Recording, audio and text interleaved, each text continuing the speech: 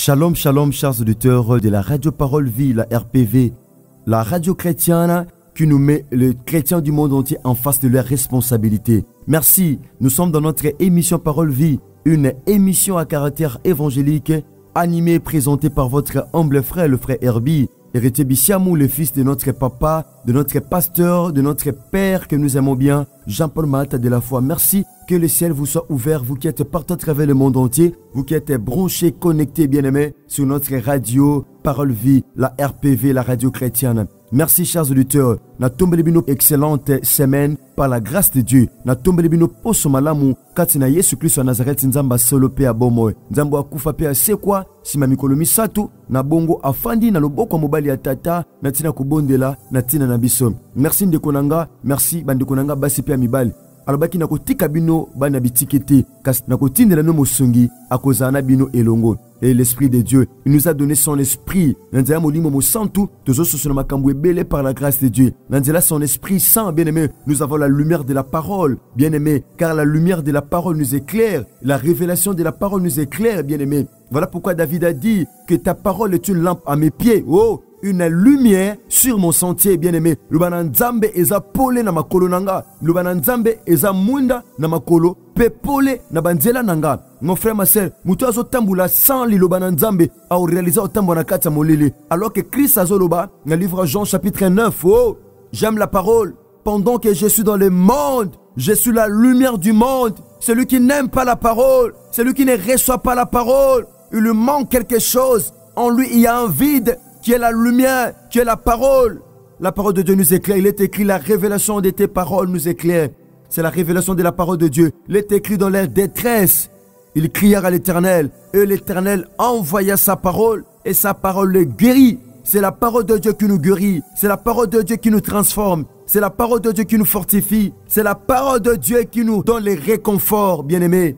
Nous qui sommes en détresse, que la grâce et la paix du Seigneur vous comblent dans le nom de Jésus-Christ de Nazareth, le seul et l'unique grand vainqueur de Golgotha. Merci. Nous en suite à thème, chers auditeurs, chères auditrices de la radio Parole Vie. Otobanda Kibongo samedi, le but au leka kon mo likolo, mais lelo par la grâce de Dieu tozo fanda na thème wana par la grâce de Dieu. Ndekonanga moi sipia mobali na tea kona lobake un jour Christ a ozonga. Un jour Christ a ozonga milengela. Oui, c'est vrai, to lukaka délivrance na nzoto. Eza malam na la Parole Vie, toza délivrance peut toza connaissance à liloba. Mais ceux qui to bate liloba, eza malam Christ abi, si vous êtes vraiment mes disciples.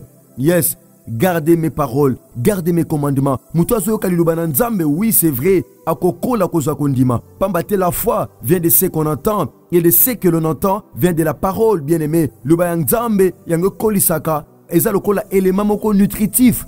Eko permettre moi nzamba kola. Mais koza malamu moi nzamba zoka liloba. Asuka kate na koyoka, kashia bomba. Mon frère, ma sœur, zolanda biso, kosuka kate na koyoka. Mais ko bomba, ezape malamu mingi koleka. Tika kolo apambola bino.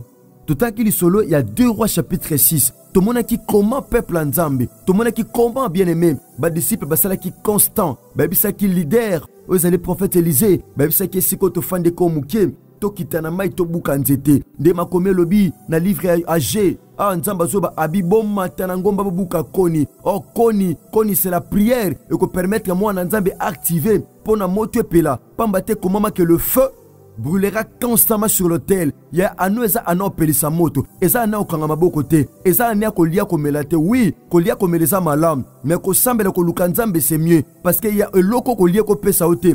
Prière ko pesa ongo. Mais prière ko pesa kolia. Mais kolia ko pesa prière te. Eza bilo musu okozona mukilité. Mais prière ko pesa bilo musu na mukili parce que tozana mukili. Mais toza mukilité. Ba fandi basali constant. Bake na maille dans Jourdain, bake buka banzete, bake ko buka mutu na mutazo buka. Parce que ça n'a dit c'est moko loba que le feu allume plus haut si chacun apporte un morceau de bois. So mutu na muta meme tenya koni de ko permettre que mutu pe la makas. Même na kata famille mon frère ma sœur, au réaliser soka loboko moke sungaka, loboko ane ko lemba. Soka loboko moke pesaka. Ah ya to liete, ya mutu beli, ya mama attention, ya likambutel, ya to lito tonga, ya mur ekwei, ya toilette baby, ya eloko boy. Oui, c'est vrai.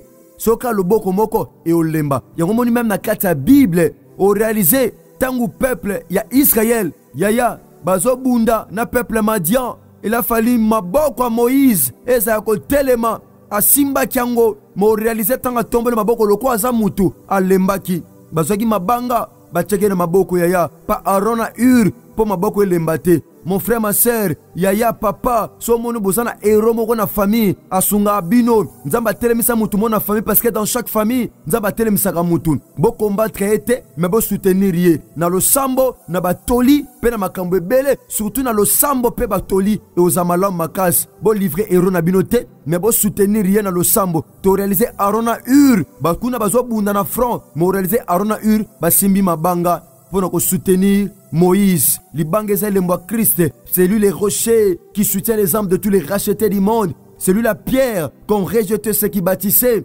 Aujourd'hui est devenu la principale de l'angle. Merci Babouki Bakon qui sengait les aleka moko. Bande ko sabatour. Ezana ba famille belé qui sengait les aka moko. Lipambo les aka moko. Ka mutumo mutatombwama. Ka mutumo mutazwambon. Ka mutumo mutunzamba tombola. Oui, c'est vrai to boité. Et ça na ba famille nyonso nzamba tombola mutu moko. Mutu wana kwa ipe ko initier bande ko mususu de manière à ce que bango pe ba fongwama baza lokola epo charge et kitaka bana yete mais ba kablo pe ba charge de bande ko mususu nganzela ko fongla mo pe ba porte pe opportunité mususu. Oui, pendant que ba buka kon H tope ki sengele ekwei. Oh ki sengele zakia ko defa. Quel genre de famille na ki sengele bazo defa? To lukanzambe pona ba famille. Bilo musu na famille toko defa ngote me batu musu ba defa. Eza bilo musu na famille boko defa te. Il faut bozala nango. Mais tala ba fils de prophète, bazaki na onction, mais bazaki ata ki sengelo apamba. Yaya, onction za bien, onction za malam, mais za bilo mususu, ozona nzela onction. Mais bilo mususu, ozona nzela onction te. Eza bilo mususu ozona nzela prière. Même so ozona nzela prière te. Mususu ozona nzela ba acte na yo mon frère ma sœur. Tika kola pambola yo. Ah bah fils de prophète bazaki n'est pas quoi mais bazaki sengel bainda ko defa ki sengel pas mout tu ebite mutwana zaki nan on ne sait pas tu ebite ba defi ki sengel pendant que bazo kata nzete c'est la bénédiction nzete ko za lipamboli ba linga bakata muto alinga kata lipamboli muto alinga bala muto alinga bota muto alinga aumela na kobanga nzambe muto sale fora sambela mais ki sengel kwei ezana ba tu ebelo ko réaliser eloko linga ko zozwa ki ngote parce que ki sengele ngo permettre aux zango ekwei. Oui, ki sengele za instrument o linga ko permettre yo ozwa nzete o kata nzete moyebo agrandir place ezate parce que ki sengele kwei na mai yango tolo ba où est-il tombé lipambo la vino kwei ya wapi pendant que je parle ezana ba tu ebele commerce kwa na mai ki sengele dindaki na kata mai nini kwa na mai mon frère ma soeur na vina yo. Pendant que je parle, ils ont battu commerce na mai, vie chrétienne na kata mai, ils ont battu na nzambe belé, au cause de la diacre, prophète, je ne sais pas, pasteur, évangéliste, apôtre, bien-aimé, je ne sais pas, docteur, peut-être ministère quoi na kata mai, et bende quoi ya na kata mai, mon frère, ma soeur, et bende cause de la commerce, et bende cause de la affaire, et bende cause appelle ibala, et bende je ne sais pas, ils ont connu, ils ont représenté le bosonayo, ah ouais, bende na kata mai. Prophète Agangi, Moussa Nzamba Leli, Aleli Agangi, Abi, ah mon Seigneur, qui seigneur les hommes na defa qui encore defa. Et heureusement il y avait la présence d'Élysée. Il y a autant de nanan, bande ko batambula gine Élysée leader. Mais le kwei, oko tambo apena Christ okuta na bitumba. Yono bango tango nyonso. Soko tambo na nzambe, okuta na satana nzela na yo. Mais so tambula na satana, okuta na na nzela na yo. Luko tambo na nzambe, marche avec Dieu. Kotika nzambe te mon frère ma soeur. Ata likamba vino umeli. Ata proma vino umeli. Ata nono simbi ya note. Kotika nzambe te. Ne quitte pas ton Dieu, papa, maman. Tamboula na nzambe longo. Il y a du bonheur de marcher avec Dieu. Il y a du bonheur de marcher dans la présence de Dieu. Bandeko, balinga kite Elisa tikala. Ben ce qui est consent de venir avec nous. Bayaki na bango longo. Tango kwe Elisa tunie. E kwe li wap. ala ki se sike loko kwe yaki ezana ba tebele sike loko kwe yebite et pas ozula maladie yebite parfois en Afrique tango beta ki tourne en Afrique ozongi be santé compliqué yo oyebite parfois na niveau musala ba bundisa yo parfois maladie waneza cause na musala oyebite parfois na famille balela oyebite parfois na milieu ba ko ba faire na yo oyebite parfois na ba relation oyebite mais prophète oyo fils et prophète ayebaki abile Élisée kwe awa Élisée asagelo musute ake akataki un morceau de bois. Oh, ils ont représenté la croix de Christ. Azwaki nzete akoni, abwaki na kati ya mai, e matisi libende, nazo loba nkalita nganga nzambe. Eloko avinu kwa na mai, nazo bwaka croix Christ eke ko lukango. Oh, na teaka bata kondima. Je l'ai toujours dit, je suis le prédicateur de l'évangile. Nazel lisi atongwa lelo, parfois na biso na pokwa parfois na moi. Nazo dépend na l'heure, besoin na biso na radio parole vie. Nazo te abata kondima. Je suis le prédicateur de l'évangile. Nazo te abasi, pe mi bala kondima. Ondimi lobo comme étant la parole de Dieu. Omo lobo kwa nzambe, otatoli, nzamba zulokumu, satana kufsa misoni. Elisa katagi morceau à bois, ozo symboliser la croix de Jésus. Il est écrit, les œuvres de la croix de Christ sont une folie pour ceux qui périssent. Mais pour nous qui croyons, c'est la puissance de Dieu. Car les œuvres de la croix de Christ nous imposent à témoigner, à réussir et à aller de l'avant. Et l'okono savino, quoi na kata mai, ata 5 ans passés, ata 3 ans passés, ata 2 ans passés, je déclare en qualité de l'homme de Dieu. Nazo saka, et l'okono savino quoi na mai, nazo boaka croix Christ, et zo kenoko localiser ango, non na monante oh, depuis quand? Et mande benda ke bende, mais na tikala jamais comme on a koni. Mosa bois et que nous commatissa qui sengele loko ali bende nazo be loko avina yo ata kilo nango ata banesa na kata mai lelo nazo bois ka bois Christ nazo bois que est écrit oh maudit soit celui qui est pendu au bois nazo déclarer ndimaka koma bilakele mabe ne kulusu kage kulusu wana nazo zwango nazo présentongo problème na yo ata likamba vina yo ata succès na yo e bois kama na kata mai mon frère ma soeur ata santé na yo ata vine bois kama na kata mai nazo bois ka kwa Christ ezo lukango ezo localiser ango ezo mata tango abwaki nzete blebi et faire surnager libende e bende mati na beloko vine zaki na se mata nzamba benga te poza na se kasa benga poza likolo. Voici ce qu'il dit, mon serviteur il montera, il s'élèvera, il sera très haut placé. Nzamba benga te poza na se la bengo posa likolo mama papa yonde butu na olobela sokeza yo sala melo bongo na te abatu no sote na teka ka bato ba ondima eloko vina yo bazemo zo alisute zemo zo ka liboso ekenda ka bebima yo kanga su ya mibalete oswaka na mwana moko bana mibale ozaka na posa obota me o réaliser lipambole ya lisute na bitano yango.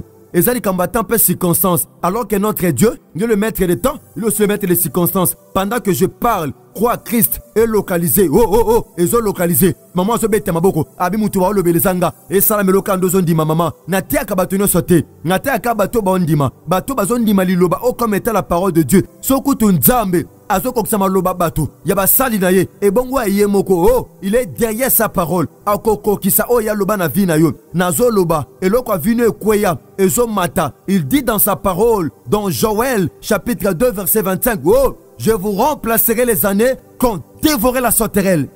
Merci chers auditeurs de la radio Parole Vie. Nous sommes arrivés pratiquement à la fin de notre émission. Tika Christ Salamnongo Lupe Bolamu. Merci. Bande konangai, obokoma ba pasteur pebe évangéliste. Besoin mukumba ko partager émission Nabino à Parole Vie partout à travers le monde entier. Na ba contact Nabino. Ya partager ango, yaya. Partager tout ça le bapé. Ndeko nyosa na difficulté kozwa.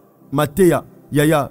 Oko s'abonner na RK Pro TV. Qu'on a tout ça maté à chaque jour en direct dans le Raïs Kangi na RK Pro TV. Qu'on s'abonner de la manière qui ose maté facilement na RK Pro TV. Merci Ndekonangai.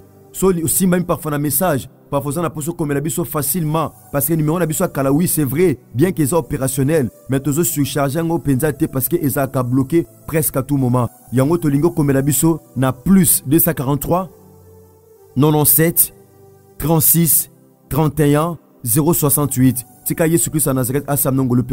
Merci à la grande famille Parole Vie. Merci à notre ingénieur Chris Kundenga. Merci à notre frère Fortina Kiakou Kap, responsable de la sécurité église Nabiso Yesu Masana Zagata Pambolayo. Tango no sozo ko rendre biso visite awa na kati ya studio. Pozo partager ma teya na bandeko nyonso partout à travers le monde entier. Tika lole fonga mapo na bino ndeko nanga Fortina Kiakou. Merci na yo ndeko oyo o soutenir la émission o na lo sambo na yo na batoli na yo pena mtirian tika Yesu Christ en Nazareth afon la lo la po na yo. Et bongo tukutani bongo lobby so Christ a maison par la grâce de Dieu. Merci. Tika Christ a samnongolo pebola. Merci que Dieu bénisse.